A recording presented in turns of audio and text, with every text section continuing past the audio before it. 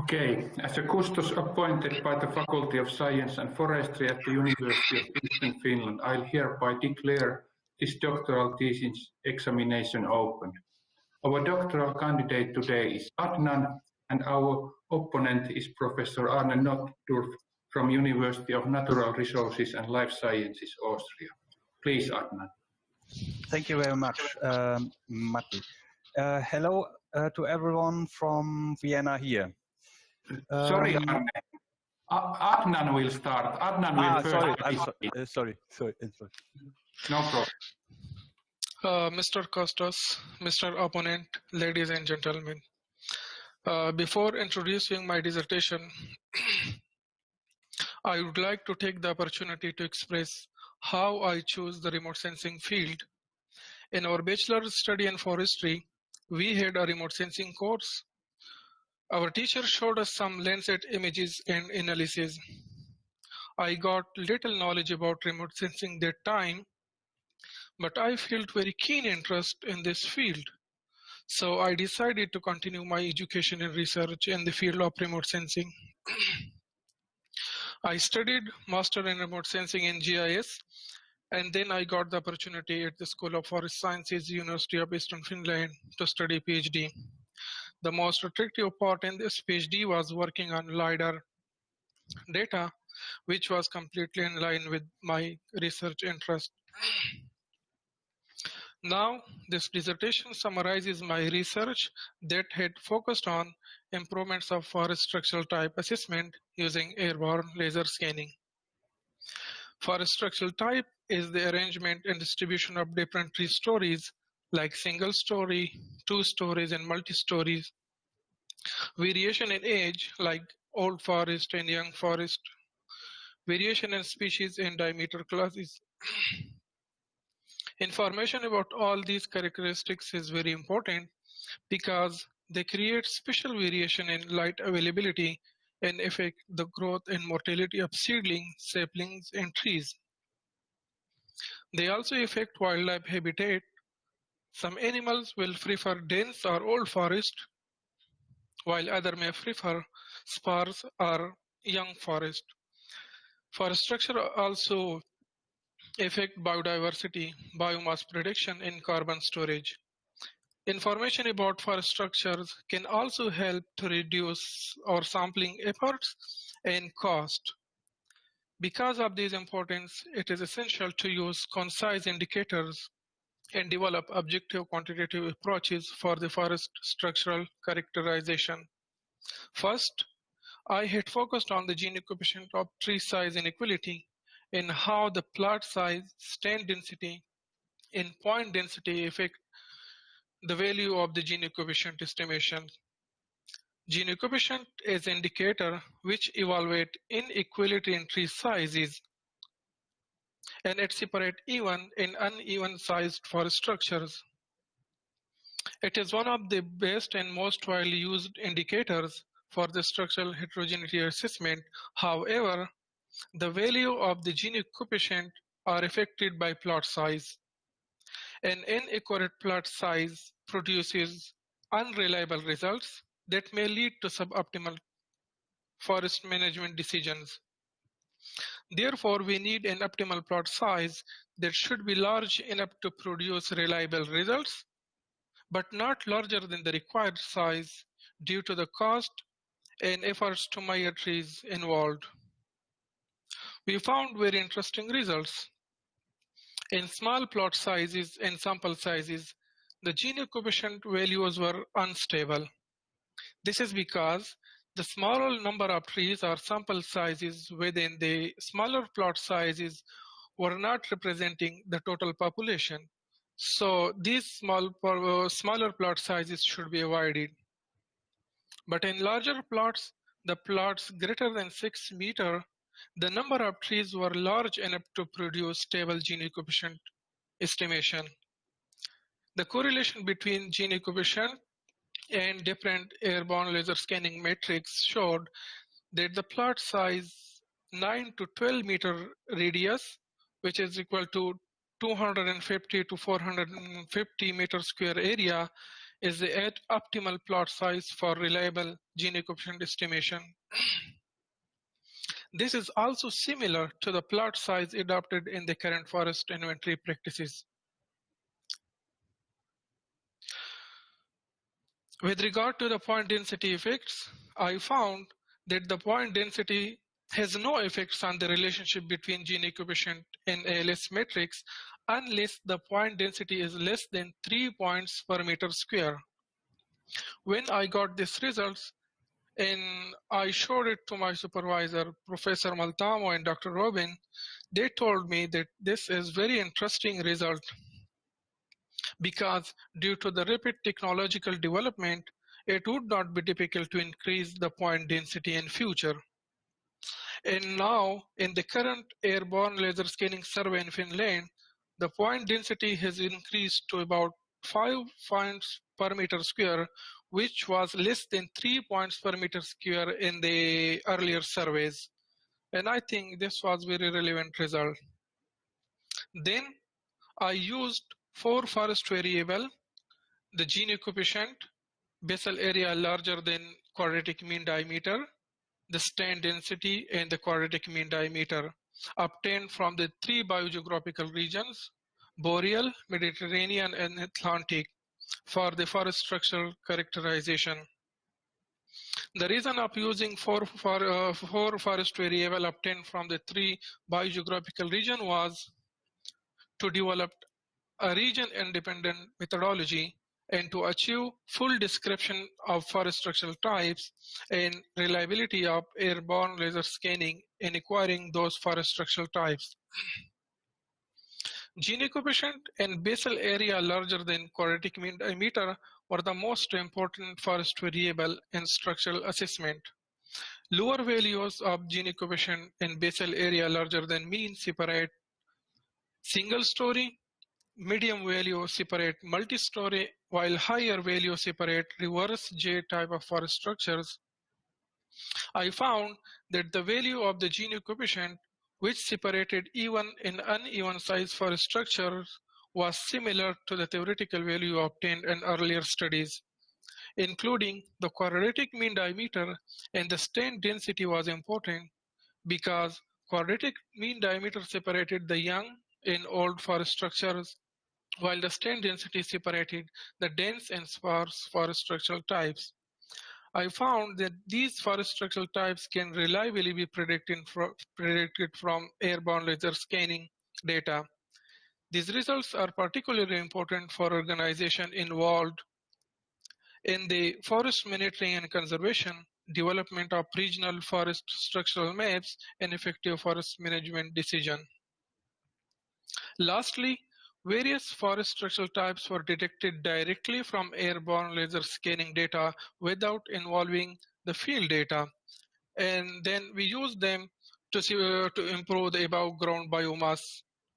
First, the mathematical proofs were provided to determine the maximum entropy that could directly separate even and uneven size forest structures from airborne laser scanning.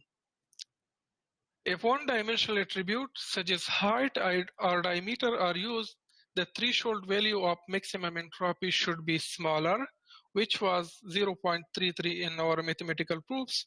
But if two-dimensional attribute such as basal area is used, then the value of the maximum entropy should be higher, which was 0.5. Thereafter, even and uneven size forest structures were separated using L coefficient of variation, which is mathematically equivalent to the Gini coefficient of basal area, while the open and closed canopy forest structures were separated using L-skewness.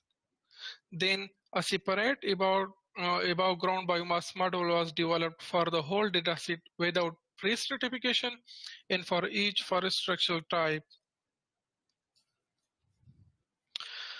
The above ground biomass was predicted using a best subset of airborne laser scanning predictors, and the results were compared. The above ground biomass was slightly improved in the model developed for each forest structural type as compared to the whole dataset without pre-stratification. But the selection of relevant airborne scanning predictors in these models were important, and they played a vital role. For example, higher percentiles, which represent dominant trees, were more relevant in uneven size forest structure in open canopies, while cover metrics, which represent stand density in average percentiles, were important in the even size structures in closed canopy areas. These results are very useful in improving our understanding of the relationship that support the choice of airborne laser scanning predictors in the structurally complex forest. These results also demonstrate the superiority of obtaining forest structural type specific models to predict above ground biomass from airborne laser scanning, as opposed to approaches seeking a single model valid for all forest areas. I now call upon you, Professor Arne Nordhoff, is the opponent appointed by the Faculty of Science and Forestry, to present your critical comments on my doctoral dissertation. Is it my turn? No. Okay, thank you very much for your introduction. Once again, hello from Vienna. In his PhD thesis, candidate Syed Adnan has developed the methodology for the quantitative assessment of forest structure diversity using remote sensing data from airborne laser scanning. This thesis is comprised of 3 studies. 2 of them were successfully published. The third one is already submitted and is currently under review at a scientific journal. As motivation to his work, the candidate Syed Adnan provided an in-depth explanation for the relevance of forest structural analysis. The structure of forest is insofar highly relevant as it cannot only affect the biodiversity and the habitat value, but it may also influence the productivity of forest ecosystems. Hence, forest structural analysis, and more specifically, an assessment of the forest structure type, is necessary for the planning, monitoring, and evaluation of silvicultural activities at the level of single stands. But furthermore, forest structural analysis also provides immanent data for forest management decision on a much wider spatial scale, for example, for complete forest landscapes. A major goal of the candidate's thesis was to develop novel measurement techniques for the assessment of forest structure on such a broader landscape level. The empirical platform of the thesis work consisted of sample plot data in forests that belong to different biogeographical regions. In addition to use remote sensing data from airborne LiDAR campaigns to find appropriate links between those auxiliary measures and the observations on the sample plot. Forest monitoring and forest inventory as well have developed along the time.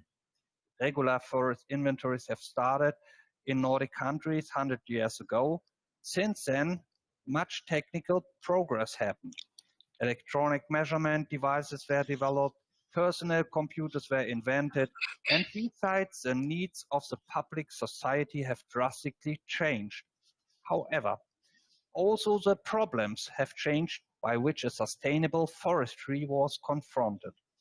As a consequence, the catalogs of key attributes were continuously modified that were usually considered in both the field work as well as the estimation procedures of the forest inventories. In fact, these catalogs become more and more complex to fulfill the enhanced information needs formulated by forest management decision makers, by the public authorities, and last but not least, by the policymakers.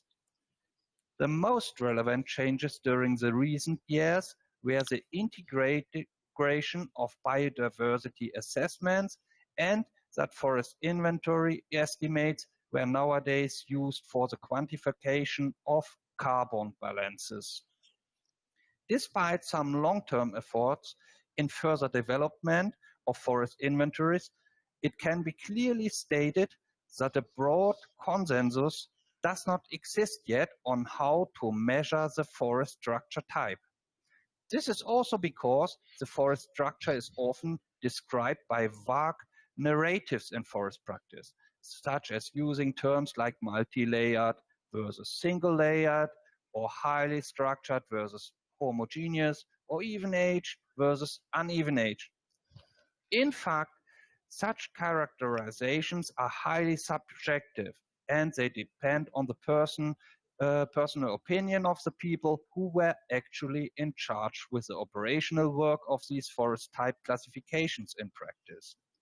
Our dilemma of such vague narratives is that we cannot provide proper estimates of these categories, and we are even not able to make fair comparisons among different management schemes with these vague narratives.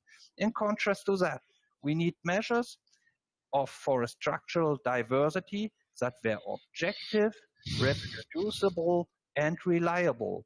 In best case, these quantities were coded as numerical figures. Comprehensive data from modern sensors, such as laser scanning data, is nowadays broadly available, and comprehensive data of spatial registrations in 3D is currently created every day somewhere on the globe. Massive computer power is nowadays also available to analyze such data, and data storage is no longer restricted. In fact, the data can be outsourced to server farms in overseas, and quick access is guaranteed for 24 hours on 7 days via high-speed data transfer infrastructure, and mostly at any location in managed forests throughout the world. Motivated by the recent demands of sustainable forestry, and given the endless opportunities of the current digital revolution, the candidate Syed Adnan prepared a thesis which provides novel methods for an objective assessment of forest structural diversity using remote sensing data. Thank you very much. That was my opening. Should I continue now with the discussion? Yeah. Thank you very much. So, Syed, in your analysis of forest structure, the Gini coefficient achieved a very central role.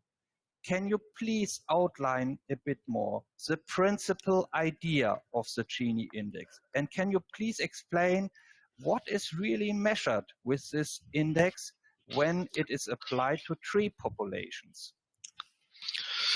So the Gini coefficient, it actually compare the basal areas, like in a plot or an area, it compare the basal area of each tree, and then it gives a numerical value. And this Gini coefficient was first applied in economics, and they were compared to the income distribution of different population or different communities or different households, and they give like which household they are rich or poor, and how, and there is also like this Gini coefficient or the income distribution among trees, among different countries. But later this Gini coefficient was applied in forest sciences. So in economy, it was like comparing the income distribution, but here in forestry, it compares the basal area of different trees, and then it gives this the numeric value. And the value is like ranging from 0 to 1. So 0 is the maximum equality, while 1 is the maximum inequality. Yeah. And then there are like some studies according to those studies, the 0.5 is like a boundary line which separate the even and uneven size forest structures. Okay. Yeah, thank you very much. I have found in your studies that there was a temporal misalignment present in that way that the sample plot surveys were not simultaneously accomplished in the same growing period as the airborne LiDAR campaigns were conducted. Can you please outline how serious was this temporal misalignment of the two immanent data sources? Especially, can you state how your results might have changed when both data sources were actually collected at the same time? Yeah, actually, the larger difference, the temporal difference, was in the Wetham Woods and the UK. The other were like, I think, at the same time or same year, but the major difference was in the Wetham Woods. But since the Wetham Woods UK, this forest is like an old ancient forest, so there is like a very small growth in the trees or in the structure. So I think like this temporal difference between the data collection of field data collection ALS, the impact will be not that much. Okay. Yeah. Thank you. In your first paper, you have analyzed what influence the spatial resolution of your data had on the correlation between the Gini coefficient and various LiDAR metrics. You have simulated different sample plot sizes in the original trial plots. You have used a mirror technique to avoid boundary problems. Is it possible that the variance of the larger plot sizes or the simulated larger plot sizes was a bit underestimated simply because it was very likely that duplicated trees beyond the border were measured more likely with the larger plot sizes than with the smaller plot sizes?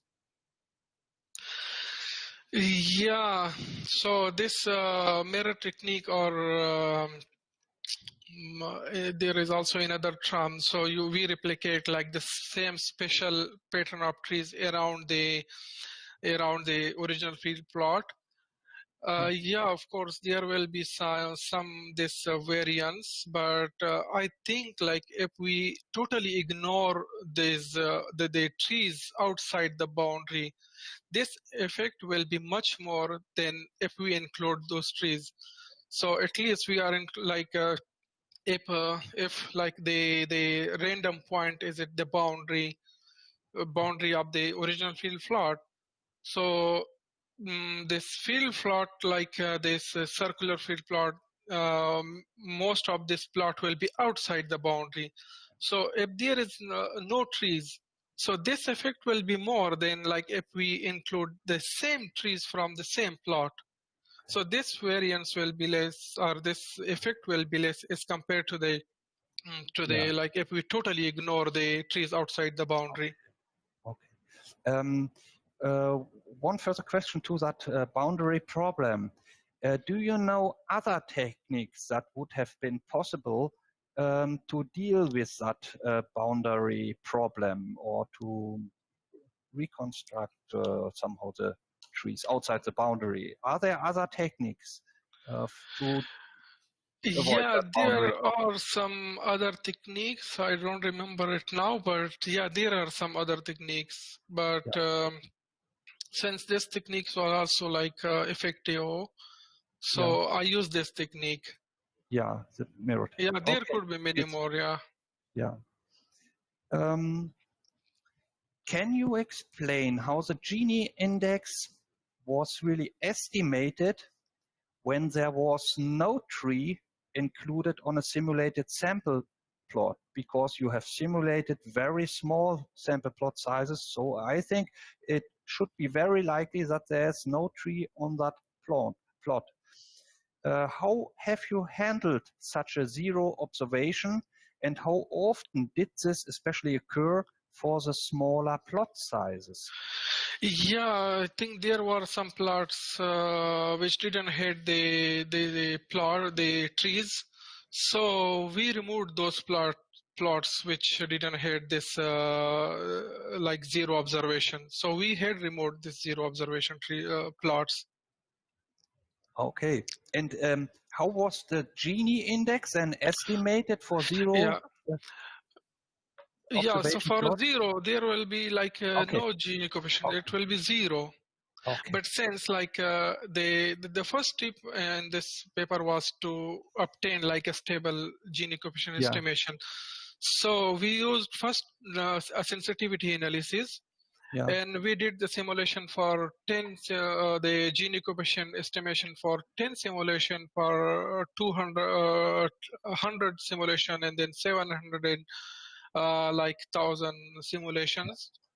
And then we checked like which number of simulation give us like a stable Gini coefficient estimation, and we found it like the 700 simulation. It give us like stable Gini coefficient estimation. So in each plot, we randomly selected like 700 positions, so 700 simulation, and at each simulation, then we estimated the Gini coefficient at 1 meter radius, 2 meter radius, and up to 15 meter radius. Yeah. Okay. What you termed in your first paper as stability, I would rather say that is somehow bias. And can you explain why the Gini index estimates had such a relative high bias or deviation from the true Gini index of the entire sample plot when the smaller sample plots were applied? Could you imagine that this was actually because of the many zero observations of your Gini coefficient estimates with the smaller plot sizes? Could you imagine that? No, I think there were not many zeros, but since like, for example, if we take 1 meter radius, so in one plot, there were 700 plots of 1 meter size. So maybe there could be like 10 0, 20 0, or maybe 30 0, but like there were more than 600 plots which had some observation. Okay, then there must be another problem which have introduced such a huge bias for the Gini index estimates in total with the smaller plot sizes. Do you have other ideas? What could be the reason that the results were not stable, or I would say yeah, the reasons could be like the sample size or the number of trees. So in larger plots, if there are more trees, in a small plot there will be like less number of trees. So if this Gini coefficient is calculating the Gini index like using 3 trees, and actually in the plots there are more than 50 trees. So this 3 trees, like it cannot represent the 70 trees. That's why this this was unstable. Like in the first stimulation, it might select like some trees, like 3-4 trees, but in another simulation, it could have selected like very different trees. So this instability was because of this number of trees or the sample size. Okay. Why was the correlation between the Gini index and some of the LiDAR measures, such as the standard deviation or median, quite higher for very small plot sizes of 1 or 2 meters radius than for a bit larger plot sizes of 3 or 4 meters? What was this probably because of the zero observation, or was there some other problem behind for this specific shape of your curves, that the correlation was very high for very low sample sizes, but then decreased for a few further sample plot sizes, 3 or 4 meters. What do you think? What was for this negative? What was the reason for this negative peak?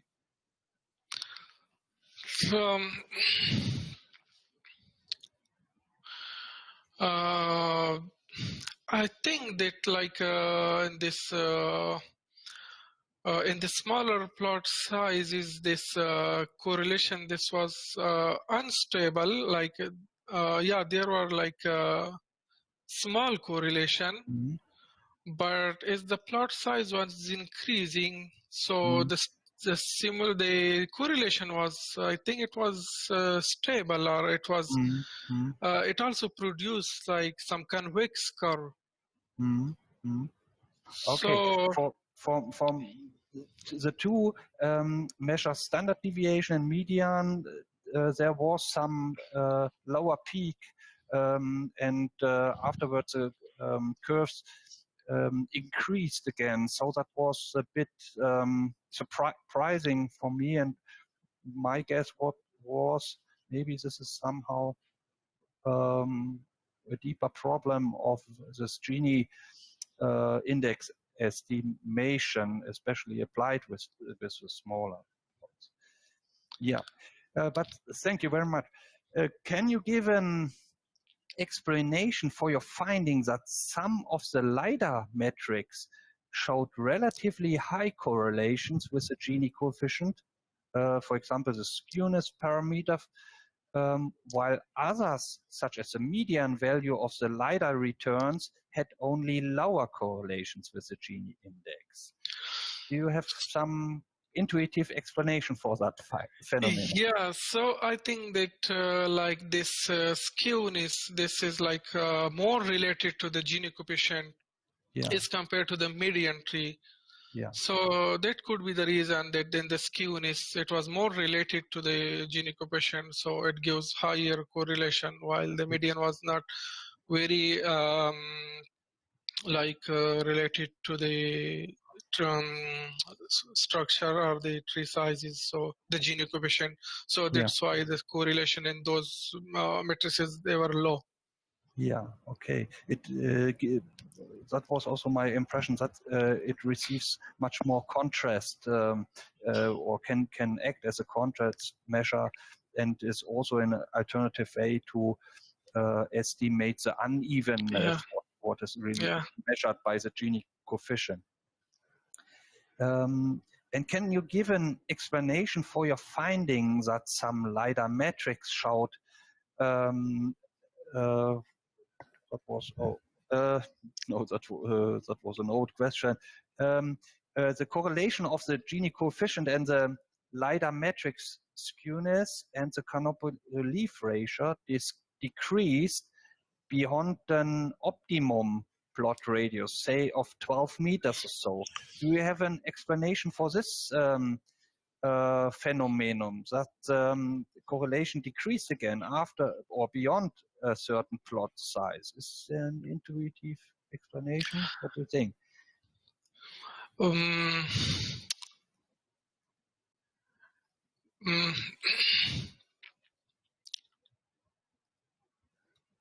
Is this maybe because LiDAR point density is very generally higher than standard? Yeah, that could be the reason, because of this point density. Yeah, and so that I think I found somewhere that the results, you obviously observe that the results may shrink to somehow an average. Yeah, averaging effect. Yeah. Maybe. Okay, imagine that forest managers want now to monitor the forest structure in their region using the Gini index that you have proposed. Does plot size really matter? And can you give a clear recommendation for the overall optimal plot size that provides precise estimates but it is also affordable by the Forest Service in terms of survey costs. Is there an optimum what is also affordable? What do you think? Yeah, so this optimal plot size, I think this is more like relevant to the boreal forest, and if the average stand density is like 1300 stems per hectare, so this could be the optimal plot size in this condition. But this optimal plot size also depends on the spatial structure of the forest, the stand density of the forest, and there could be many other things on which this optimal plot size will affect. So, for example, if we have sparse forest, then the optimal plot size will be larger. But if we have like dense forest, then the optimal plot size will be smaller. And I have quoted one research paper, Lombardi, and their optimal plot size was like 13 to 15 meter radius, and this is because of the stand density. Probably their stand density was less, but as we have given like the equation that can be like adjusted. So the sample size has like a relationship with the plot size, giving the total stand density of the forest. So they can be like derived from one another.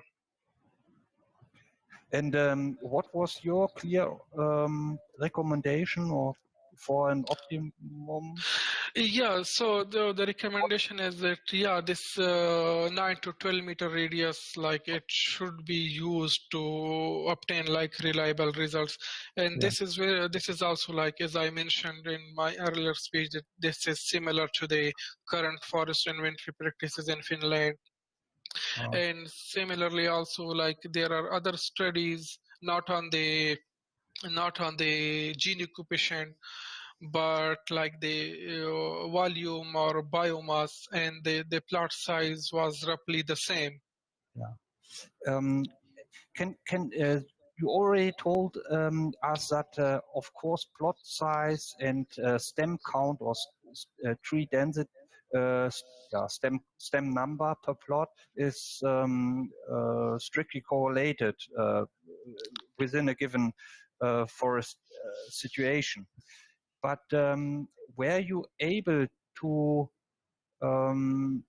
say what is actually more relevant to achieve precise Gini index estimates? Was this the plot size or the stem number? Was this really possible using your data, or can you imagine that you could have done something different beyond your studies? Yeah, so we have like discriminate between both effects, plot size, stem count.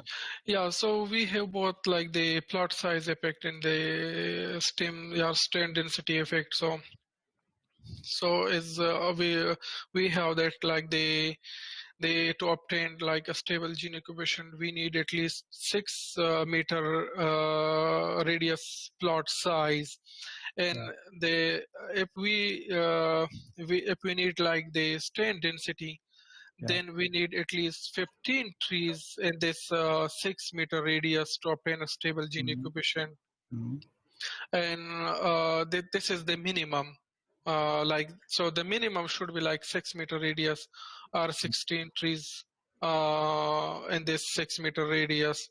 But like the optimal should be 9 to 12 meter radius, and the number of trees could be like 30 to 60 trees in this radii 9 to 12 meter.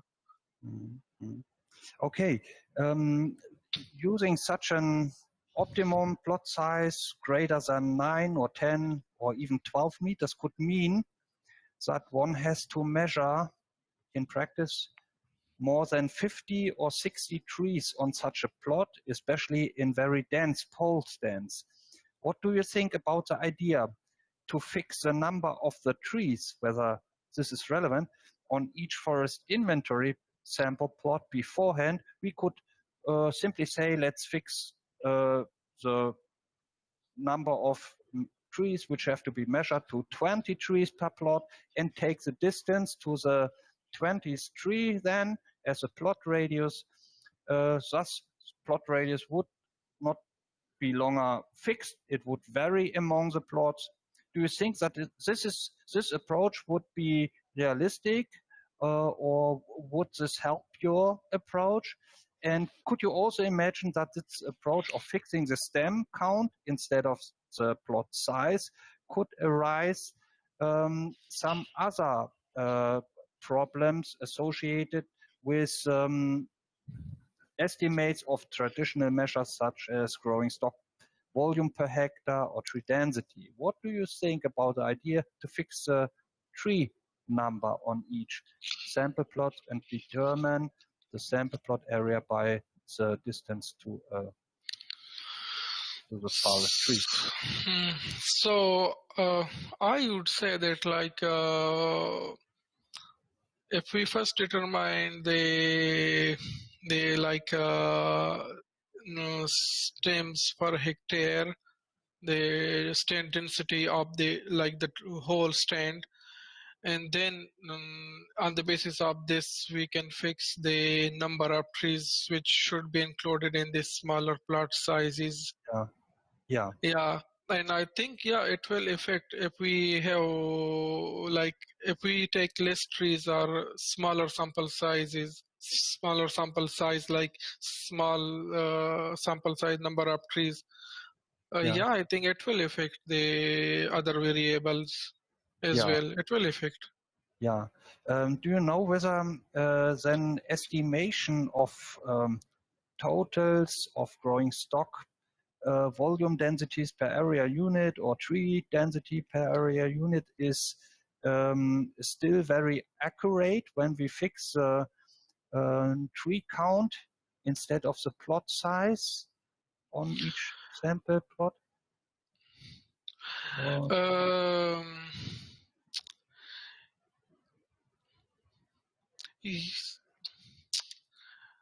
So, like, if we fix the number of trees to be sampled for the, so will it affect the other variables?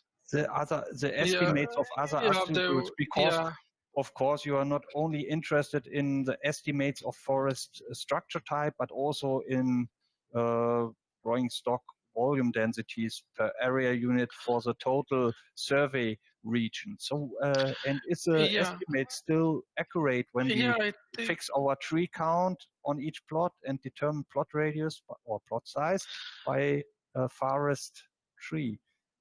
What do you think? So I think, it will affect those other variables. If we fix this number of trees just only for the Gini coefficient, so I think we need like a balanced approach so that the number of trees do not affect the Gini coefficient, but also it will not affect the other forest variables.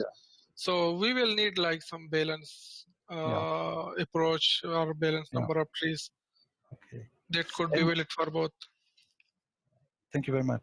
And the third factor besides plot size, tree count, that was LiDAR point cloud density, the third resolution characteristic in space. And how did this LiDAR point cloud density actually influence the correlation between the Gini coefficient estimates and the LiDAR measures compared to plot size and tree count influence? What was the influence of the LiDAR point cloud density compared to the other both factors? Yeah, so what we found in our results that the point density less than 3 points per meter square, the correlation was like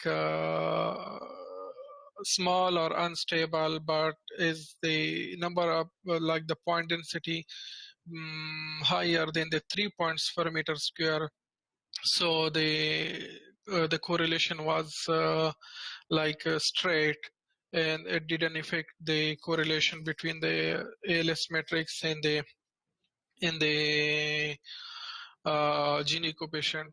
and the reason could be that since the smaller when the point density is small, so maybe some trees could be underestimated because of this smaller point density. But when we reach at a certain point density, like 3 points per meter square, then like the results are good.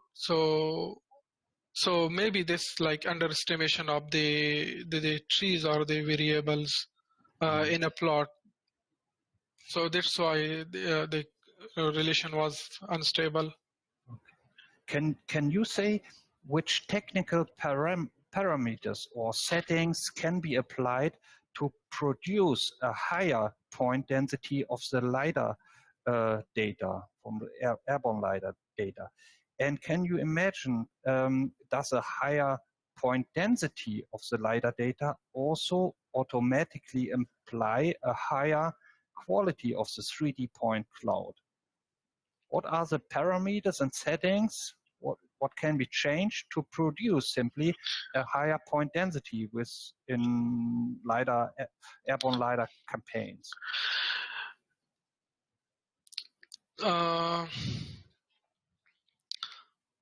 Sorry, can you repeat the question? Yeah. You examined the influence of different LiDAR point cloud densities on the correlations between the LiDAR measures and the Gini coefficient. You have done your study with simulated lowered densities where you thinned out the full density of the point cloud. But in fact, you can also technically perform a different point cloud density or measurement density by using other settings or technical parameters out in field. And could you imagine what are those parameters which determine the higher or lower point cloud density of the LiDAR data? So I think the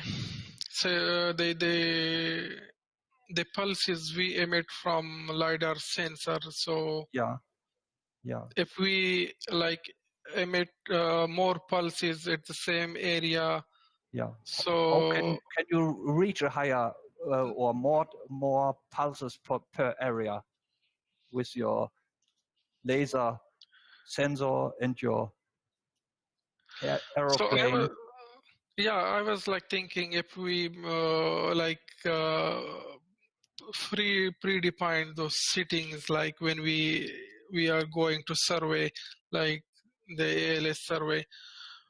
But if we already have this point density, so I don't think so that we can increase in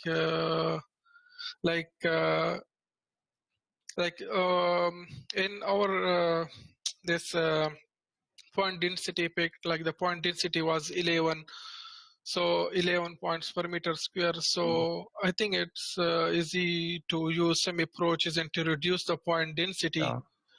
But I don't think so that if we have like 11 points per meter square and we can increase it, I don't know. What is a common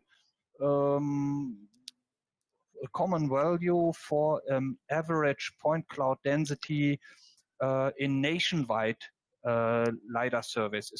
For example, in Finland, do you have a figure? What is this average point density? The average was like up to 1 points per meter square, the average point density. Yeah. And do you know how this very high point cloud density of 12 or 11 points per square meter was achieved? What was made different this was not the national survey data. Yeah. So that's why our point density was higher, like 11. But like the nationwide survey, the point density is less than. This was like experimental plots, so the point density was high here. Yeah. And what did the people do differently with this data, where they received the very high density compared to the low density for the nationwide survey? What did people differently there? Do you know this? Or did they modify the aeroplane, or did they use a different sensor, or did they somehow use other settings with the aeroplane, or Yeah, I what? think like to get higher point density, so probably that there could be like different sensors. Yeah. Okay. Yeah. Good. Yeah. Thank you very much. Of course, you already mentioned that point in your introductory talk, but can you repeat once more? What does the low sensitivity of the LiDAR point cloud density mean for other future projects in both optimistic and pessimistic scenarios? More precisely, what benefit would we have if we would invest much more money in airborne LiDAR campaigns that produce very high point densities? Is it impossible that we may obtain much deeper insights into forest structure analysis from such LiDAR measures in future when we use much higher point densities? Yeah, I think like if the point density is high, so our results will be more accurate. So we can have like very precise estimation of this forest variable, including forest structure and biomass, and yeah. So we will have like accurate. Yeah.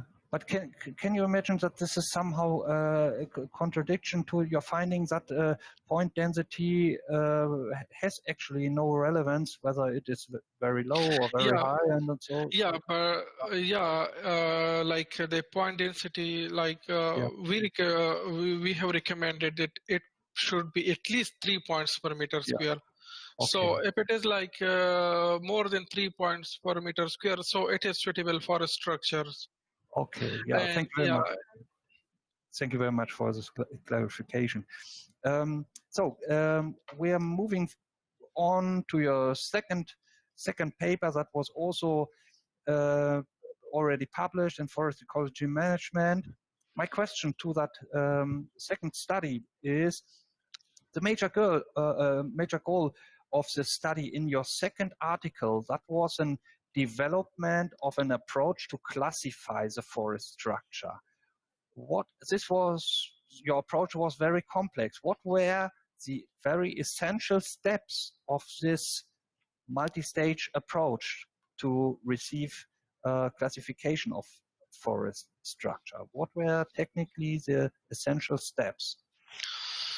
So for this classification, first we were trying like to we like combined all the data from all forest. Like there were, for the UK was deciduous forest, but the Spain and Finland was coniferous forest. So first we applied the analysis on this data as a whole, but the results were not good. Then we decided, okay, we separate the deciduous forest and the coniferous forest, and it like makes sense that these two forests should be treated separately. And then like we applied this hierarchical clustering analysis, which is unsupervised classification. But then there was a problem that what should be the like optimum number of cluster, because this hierarchical clustering analysis, there are two ways, like agglomerative and decisive procedure. So either it will merge all the data to one cluster, or it will separate or divide it to the many n number of clusters. So first we find out the optimum number of cluster using a distortion curve. So in both cases, the optimum number of cluster were 5. And then then we were interested like to find out the exact threshold value of the variable which separated these forest structure, and for that purpose we applied the CART analysis. So in this CART analysis, the response variable was the clusters obtained in the hierarchical clustering analysis, while the explanatory variable was the Gini coefficient, basal area larger than mean, quadratic mean diameter, and stand density. These four are the explanatory variables. So this CART analysis, then the CART analysis, like it checks the every variable one by one, and the variable which like largely like decrease the within cluster variation.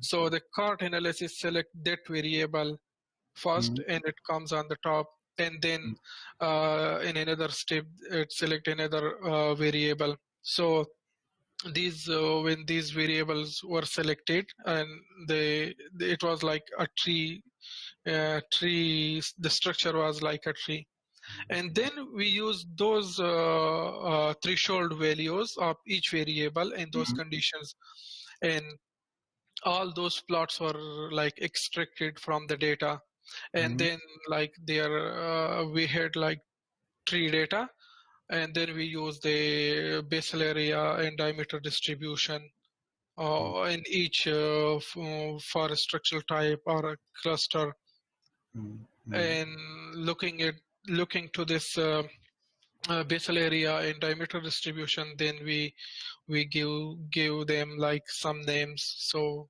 this naming was based on this basal area and diameter distribution.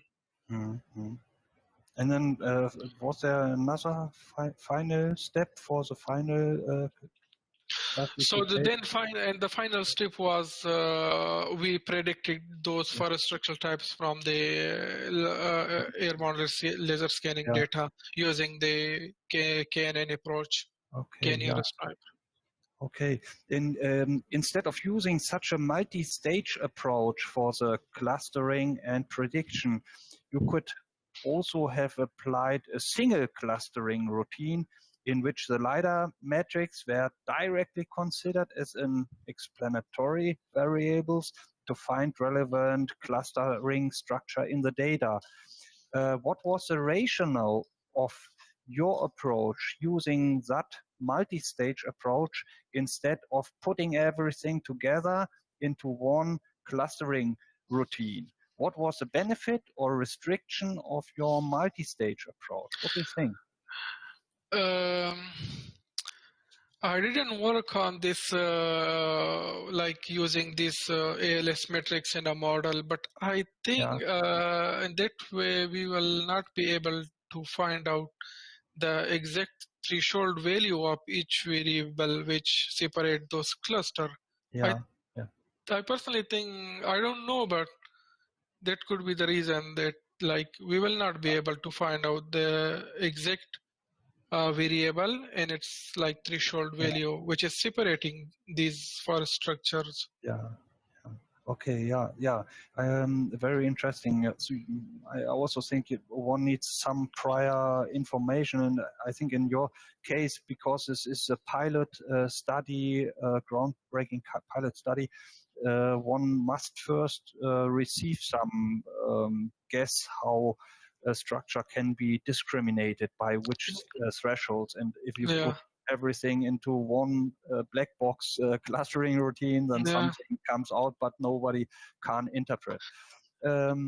So in which situation, or more precisely, for which forest structure types did this classification by means of the LiDAR data produce a higher amount of misclassification?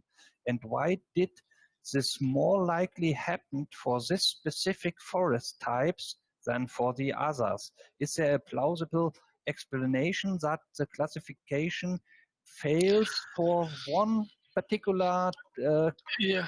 forest The major misclassification was in two two forest structural types, and those forest structural types were similar. So that's why it was difficult for LiDAR data to differentiate between these two, and they were I remember one was single story and one was multi-story. Multi-story. So those both forest structures were similar. Yeah. So that's why they prediction accuracy was less in those forest structures. Okay. Yeah. Because of the similarity. Yeah, because of the similarity. Yeah. Yeah. So the in fact, I have no further question to your second study, but a few questions to your third study, which is currently under review. A major goal of your third paper was to further develop the possible applications of structural complexity measures in forest ecosystems using airborne LiDAR technology. The idea was in your third paper to use the forest structure type classification for stratification, and then to use the stratified estimators or model-based estimators separately applied to the strata to estimate the above ground biomass within the strata, and also, of course, in terms of total aggregates across the strata. In your previous paper, you have already demonstrated that the Gini coefficient can be considered as a proper measure to discriminate even-sized forests from uneven-sized forests. Can you tell us whether there is a theoretic optimum threshold value for the Gini index for doing such a classification, and what is the theoretical foundation for such a distinct threshold value? I think you already mentioned that threshold value, but what is the biological or the theoretical foundation for that specific threshold value? So this the maximum threshold value. So the basic idea was that to find out the threshold value which can separate this even and uneven size forest structural type. So this first some studies have used this 0.5 threshold, but in this paper, our argument is that if the variable is like one dimension, like diameter or height, then the threshold value, it must be small. But if it is like two-dimensional attribute, like area, basal area, then the threshold should be high, and it was 0.5. And there were like some mathematical proofs, and they were done by my supervisors and some co-authors. So we have proved that which threshold should be used. If we use like the LiDAR heights or tree heights or diameter, and if we use like the basal area areas.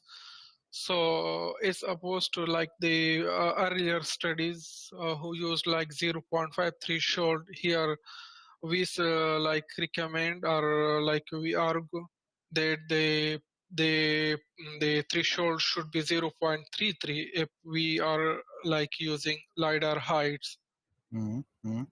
Okay, when you have introduced your Gini coefficient, you are speaking about the term entropy. I think that was also mentioned by you in your introductory talk. The term entropy is usually applied in theoretical physics, especially in thermodynamics, and it is also used, of course, in statistical mechanics. What do you actually mean with the term entropy? In which sense did you measure the entropy of a forest ecosystem when you measured the Gini coefficient? Where is the energy, or what is how is the energy, or expressed? Yeah, so the maximum entropy, we mean that like this value or this boundary line is separating the even and uneven size forest structures. Okay, yeah. Maybe one can find some link that to the thermodynamic system, where it is a measure of how far the equalization has progressed on, and so that is also measured by the Gini index. In both the third and the second paper, you have used the so-called L moments to describe the 3D LiDAR point cloud and to derive meaningful measures. What was the rationale of using such L moments instead of using straightforward traditional moments? What is the general difference between the L moments and the traditional moments, and why did the L moments bring some benefit to your work? Yeah, so these L moments, these are like similar to the conventional moments, but they are more robust when the sample size is small. And another benefit is that these moments are restricted within fixed intervals, like the L coefficient of variation is restricted between 0 to 1. So it's easy to interpret, and the L-skewness is restricted like -1 to 1, positive or negative skewness. So this was the idea that we use these L moments in these studies. And also this there is one study by my supervisors, and they have like some mathematical proofs that the L coefficient of variation, it is mathematically equivalent to the Gini coefficient of Gini coefficient. Yeah. Of course. In fact, you can express the Gini coefficient by an L moment ratio. Do you know which two L moments can be used to formulate the Gini coefficient? Sorry? In fact, the L moment ratio is nothing else than the ratio of two. The Gini coefficient is not else than the ratio of two L moments. Do you know which one? The L coefficient of variation is the ratio between first L moment and second L moment. The mean and the variability, while the L-skewness is between the variability and mean. I don't remember exactly, but L1 and L2. And do you know something more about those coefficients? What is their a proper feature? What do they bring? The L moments compared to the traditional moments? Do they behave differently? Besides the fact that they are somehow standardized to a smaller range or standardized range using binomial distribution, is there some other feature coming with this L moments? Sorry, I didn't got the question. Okay. You said that the L moments were standardized measures, very similar to the traditional moments, and they have a very restricted standardized range. And of course, the Gini coefficient can be derived from the ratio of two L moments, or can be represented as a ratio. But is there some other feature which is associated with the L moments? What makes those L moments so appealing in regression problems compared to traditional moments, besides the fact that they are standardized measures?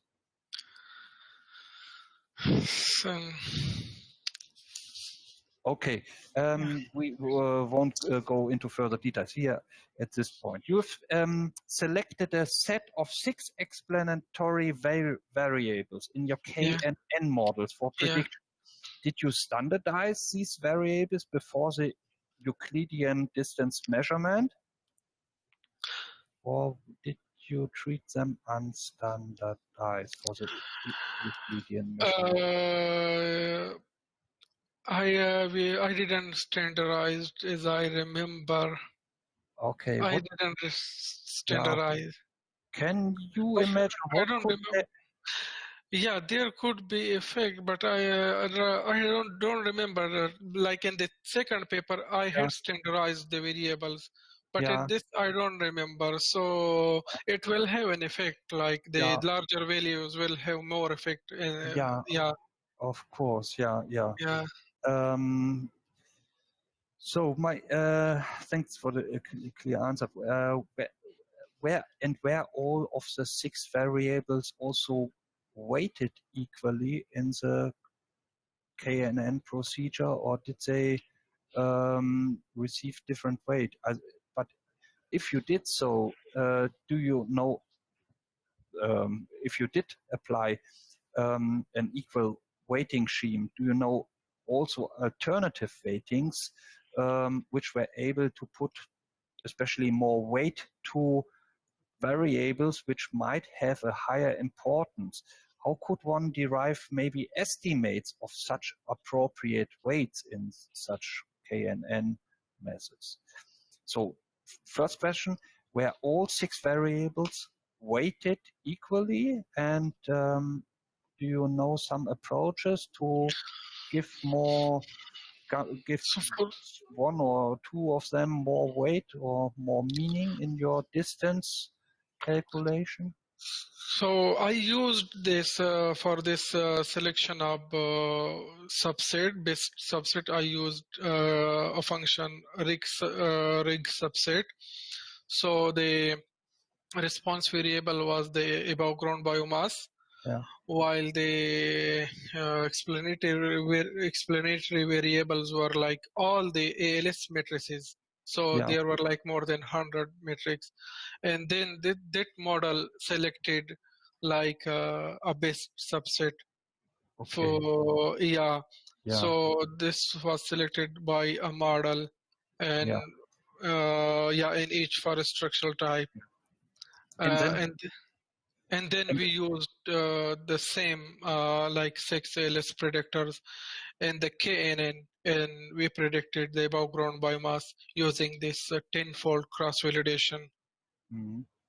And when you calculated your distances of a situation or plot for which you want to derive an estimate, and the distance from that situation to all of your possible neighbors in that feature space, I think it is named.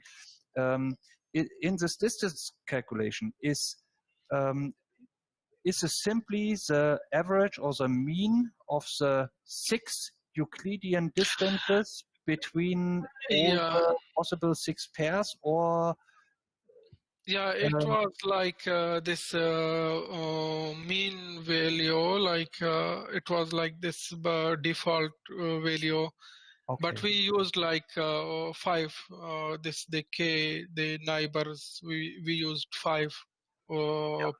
Okay. You can also maybe try to find out what if prediction results could be somehow improved if you put more weight of some of those 6 distances, of course. Maybe there is one variable which tells you much more information than the others do. Exactly. Okay. So your study and your methods, this is very convincing, and it's can be straightforward applied in practice. I want to speak about one restriction. That is, my question is nationwide airborne LiDAR data.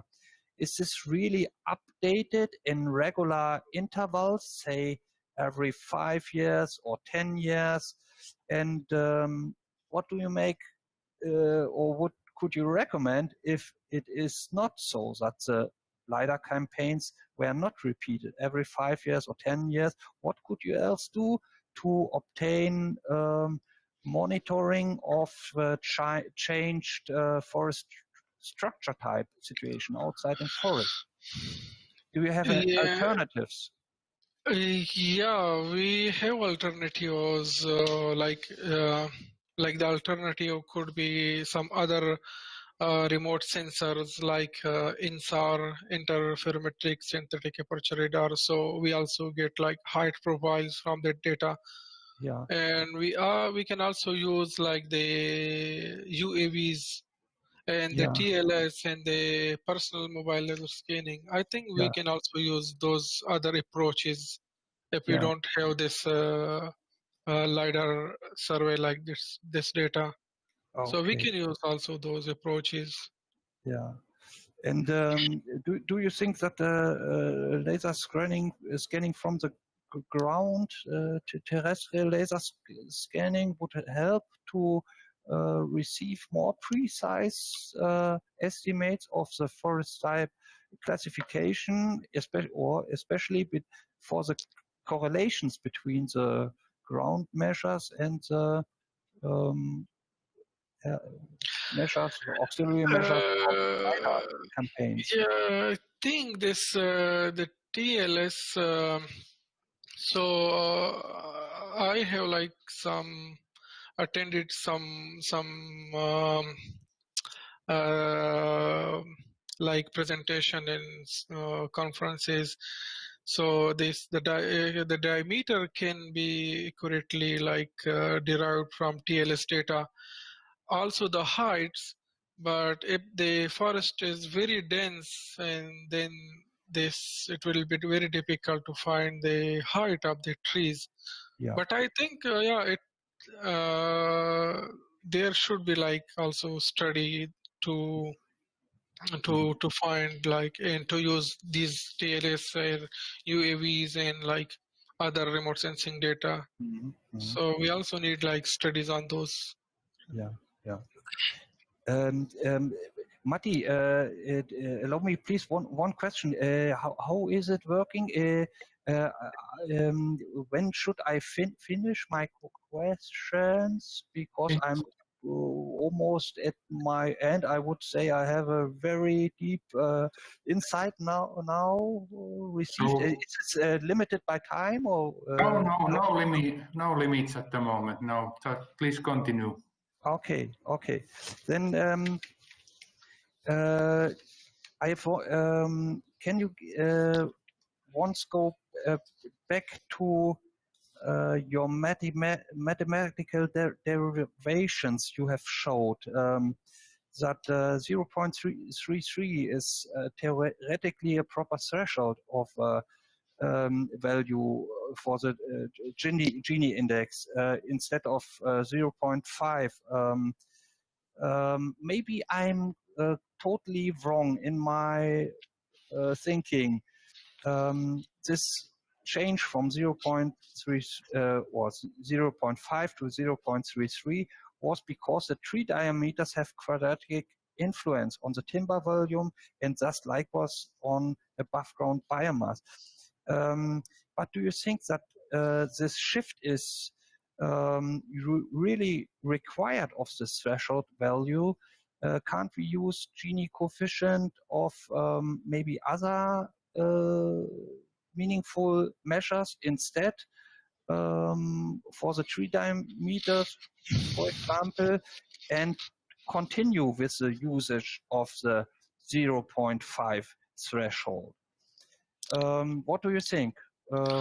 Is this my question is precisely, is this really relevant to shift the Gini coefficient threshold value, or can't we use instead just simply different measures of the single trees? Wouldn't this be equivalent? What do you mean? Yeah, if we are using like the basal area, then the threshold should be 0.5 basal Yeah, area.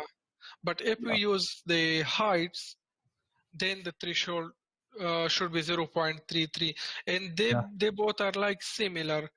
And yeah, we can see this in the figure 2 of the paper 3, where yeah, I have separated the E1 and uneven size for structure using the Gini coefficient 0.5, the basal area, and I separated like the forest based on the LCV 0.033, and those for like diameter and basal area distribution, mm, we can see that they are very similar. mm, So they could be used like alternatively. So it depends whether we use the basal area or we use the tree height. yeah, yeah. Okay. Maybe a bit larger question to your third paper, with which goes. My question goes a bit into details now. Without the stratification, the relative root mean square difference of the above ground biomass estimates was approximately 42% at both levels for the complete population as well as within the different strata. Yeah. When stratification was then applied, the relative root mean square difference was lowered to 39% compared to 42% Yeah. at population level, and range between 37 and 39% within each of the strata. Stratification thus decreased the absolute root mean square difference from 37.4 to 34.9 tons per or megagrams per hectares. That was a relative enhancement of only 6.7%. Yeah. Total sample size was 244 plot. Yeah. Sample size across the strata was relatively balanced with 120 plots on average per each stratum. Can you say what was the reason for the only very minor improvements of the precision when stratification was now introduced? So I would say there were like two aspects or two things. The first one is like our point density was very low. It was like 0 point something. And the second is, I think, the inclusion of the seedling and sapling. So this seedling and sapling, I think, because of the root mean square is the error is very high. So I think about these two issues. That one we had included like the seedling and sapling, and another we had a very small point densities. So because of this small point density, this could be this the seedlings were underestimated. So that's why the root mean square error is high. Mm-hmm. Could it be also that the effects of the lower sample size within the strata, that this lower sample sizes have somehow cancelled out some usual effects or benefits that may occur when, for example, design-based estimators were applied in a stratification? Is it possible that some effects have cancelled out, some benefits have cancelled out through the lowered sample size within the strata?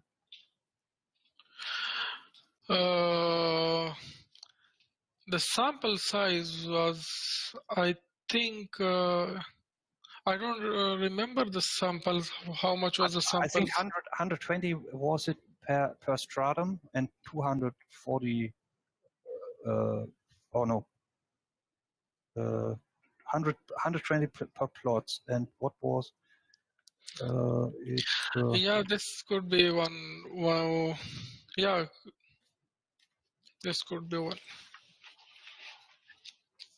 Have you analyzed the variances within the strata and across the strata? Was there some pattern that this homogeneity really increased within the strata through your stratification?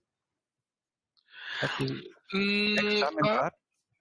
I didn't examine that, but this I didn't examine that whether, but like based on this Gini coefficient, so okay, the strata were divided into even and uneven size for structures. Yeah, and do you have the impression that there were some outliers still in the data, very extremes, a few? What do you think when you remember your scatter plots or your distributions of the data? Were there still some outliers or very unlikely? Yes, and this the sapling development class. Yeah, it was like not properly separated. Yeah. Because the sapling in sapling stage, the Gini coefficient should be like it's even size, so it should be like more than less than 0.5. But when we separated using LiDAR data, so it was separated as uneven sized. Yeah. Okay. And probably this could be because of the larger spaces. Yeah. And like the variance was high. Yeah. In this sapling stage. Okay. So if we check like the L-skewness of the sapling stage, it was separated as open canopies. So it is more clear in the article than the thesis. These two figures. Have you recorded how often a particular observation was used as the nearest neighbor for your imputation in your classification? How was the frequency behaving across observations? Were there some observations that were used several times as imputed value, or were there some other observations where they were never used for the imputation? Have you recorded that? So like we have like in this KNN we have used like 10-fold cross validation. We divided the data into 10 folds or 10 groups, and we removed the first group, and then we fitted the model and we predicted, and then in the second step we removed the second fold, and we fitted the model and we predicted the values. But you have you recorded how often each of those plots or observations in this feature space is actually used as a nearest neighbor to some target unit? So maybe it could happen that one particular observation or plot is used 20 times as a nearest neighbor to other target locations or target unit, and others were never used as nearest neighbor. Could this happen? Have you examined that? It could be possible, but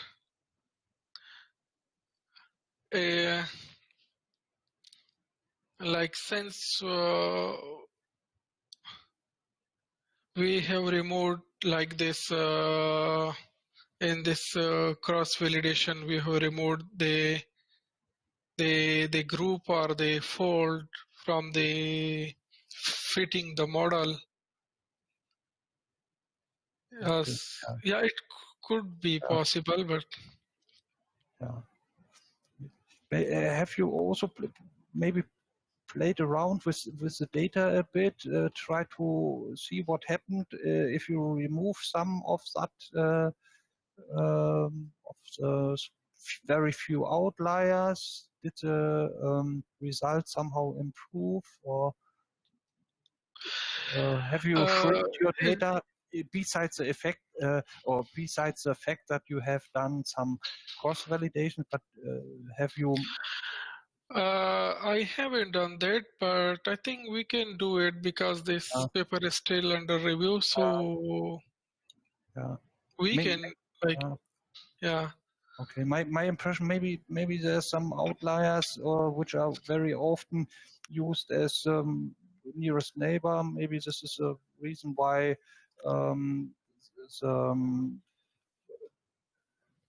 RMSD was not so drastically lower. That was my impression, but one has to look deeper to the data, what really happens and how often each of those units were actually then used as possible neighbors for the target units. So,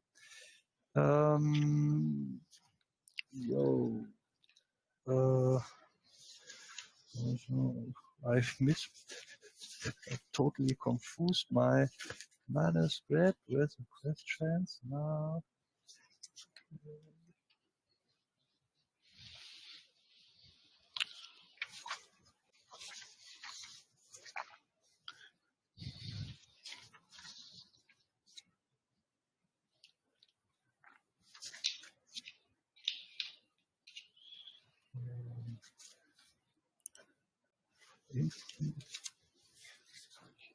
In fact, maybe Matti, I'm more or less really done.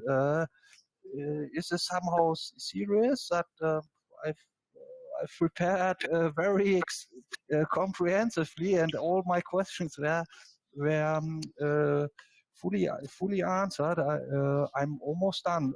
I have to admit, I've got answers to all my open questions, and also I got a really deep impression of your work, and even beyond what was also relevant. So yeah, what should I do? Should I continue? So if you have some final statement, you can it now. Yeah, maybe I have one final question. That what do you think now? What is really necessary to be done now to implement your novel methods to becoming a regular approach in practical forest inventory to measure forest type classifications, say, for example, in the Finnish National Forest Inventory? What has to be done now? How should this be organized? And so the plot size in the current forest inventory, so it's already like the one which we have like from 9 to 12 meter. So in the current forest inventory, it's already this, but like the number of trees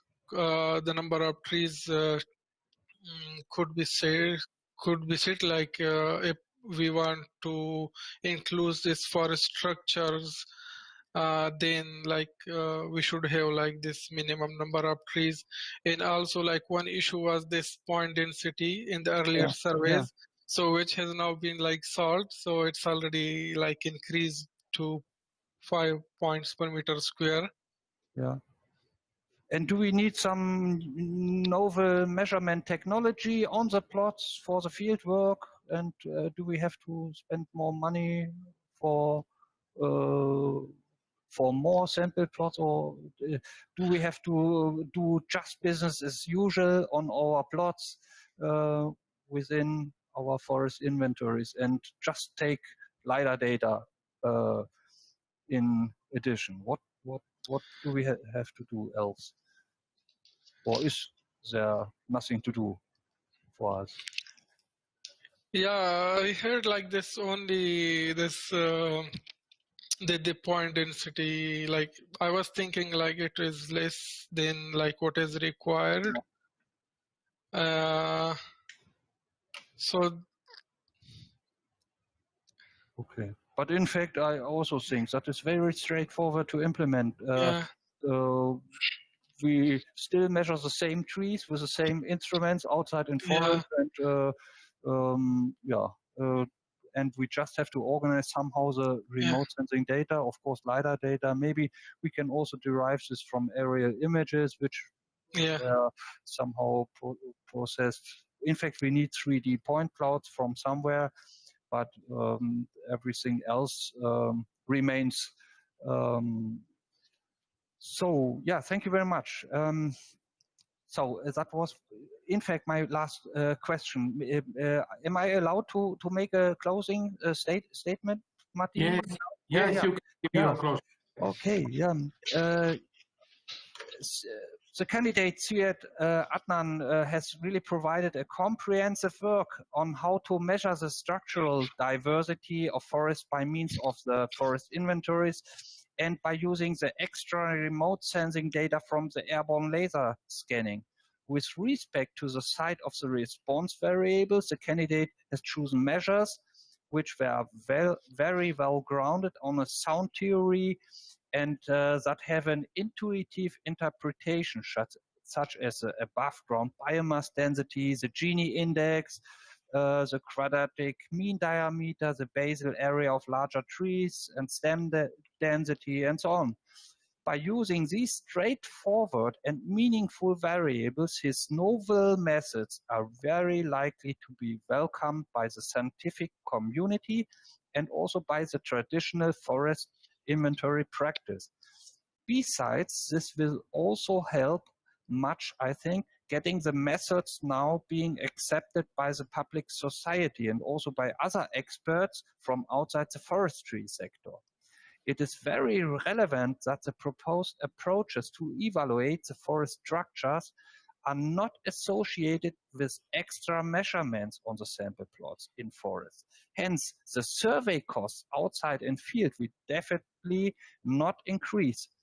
With respect to the site of the auxiliary variables or data, the candidate Adnan provided a clear guidelines supported by careful analysis how nowadays broadly available remote sensing data from airborne laser scanner can be integrated into forest inventory practice. This widens now the operational area of forest inventories beyond their traditional tasks by simply providing estimates of growing stock totals and stem counts.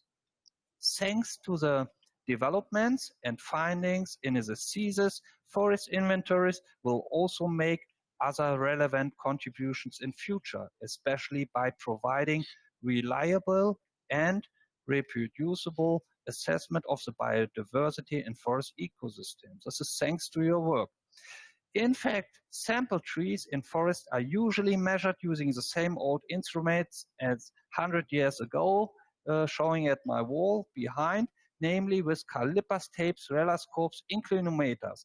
But you have gave proof that the development of forest inventories does not stand still. In fact, you demonstrated that forest inventory is very flexible. That is, forest inventory is able to integrate modern aspects and becomes not only a profiteer, but also acts as a driver of the recent technical progress. The methodological framework in your thesis is very sound throughout, and the results were convincing. So my closing statement, as conclusion and in summary, I'm here is clearly recommending the evaluation committee to accepting the thesis of Adnan. Thanks. Thank you very much. Thank you, Professor Nordov. If anyone present wishes to make any comments concerning my dissertation, please use the chat box and the live streaming.